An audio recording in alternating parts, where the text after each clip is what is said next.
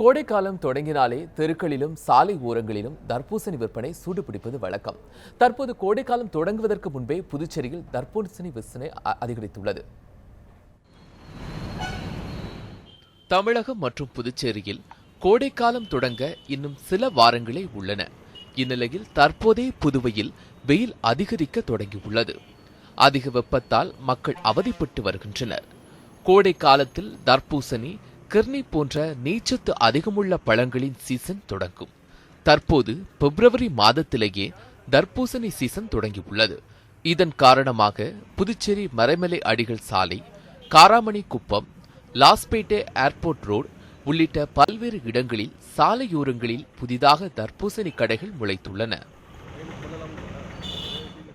போன வருஷத்தோட தர்பூசணி இந்த வருஷம் சீக்கிரமாக வந்துட்டுனா. போன வருஷம் விளைச்சல் அதிகமாக இருந்தது. இந்த வருஷம் விளைச்சல் கம்மியாக இருக்குது. இந்த வருஷம் மழை வெள்ளத்தில் பாதிக்கப்பட்டதுனால கம்மியாக போட்டாங்க. ஆனால் வெய்ய காயத்தினால அதுவும் மக்கள் விரும்பி சாப்பிட்றாங்க. கடந்த ஆண்டு 1 கிலோ 15 ரூபாய்க்கு விற்பனை செய்யப்பட்ட தர்பூசணி இந்த ஆண்டு கிலோ 20 ரூபாய்க்கும் ஒரு துண்டு 10 ரூபாய்க்கும் விற்கப்படுகிறது. சென்ற ஆண்டை விட விலை சற்று அதிகமாக இருந்தாலும் அதனை பொருட்படுத்தாமல் பொதுமக்கள் கிலோ கணக்கில் தர்பூசணிகளை வாங்கி செல்கின்றனர். ஒரு நாளைக்கு எப்படி 100-150 கிலோமீட்டர் வண்டி சுற்றி இருந்தாங்க. அதனால் இந்த வெயிலுக்கு கொஞ்சம் தர்பூசணி வெள்ளரி பழம் அதெல்லாம் சாப்பிட்றோம். இன்னும் ஒரு முக்கியமான விஷயம்னா அது கொஞ்சம் சீக்கிரமாக ஆரம்பிச்சனால எங்களுக்கு கொஞ்சம் சந்தோஷமாக இருக்குது. அதனால் நாங்கள் எங்களுக்கு அந்தளவு வெயில் தெரியல. எங்களுக்கு இதை சாப்பிட்றதுனால வேறு ஒன்றும் கிடையாது. வருடத்தில் 3 மாதங்கள் மட்டுமே தர்பூசணி பழத்தின் சீசன் என்பதால் அதனை பயன்படுத்துவதில் மக்களிடம் அதிக ஆர்வம் காணப்படுகிறது.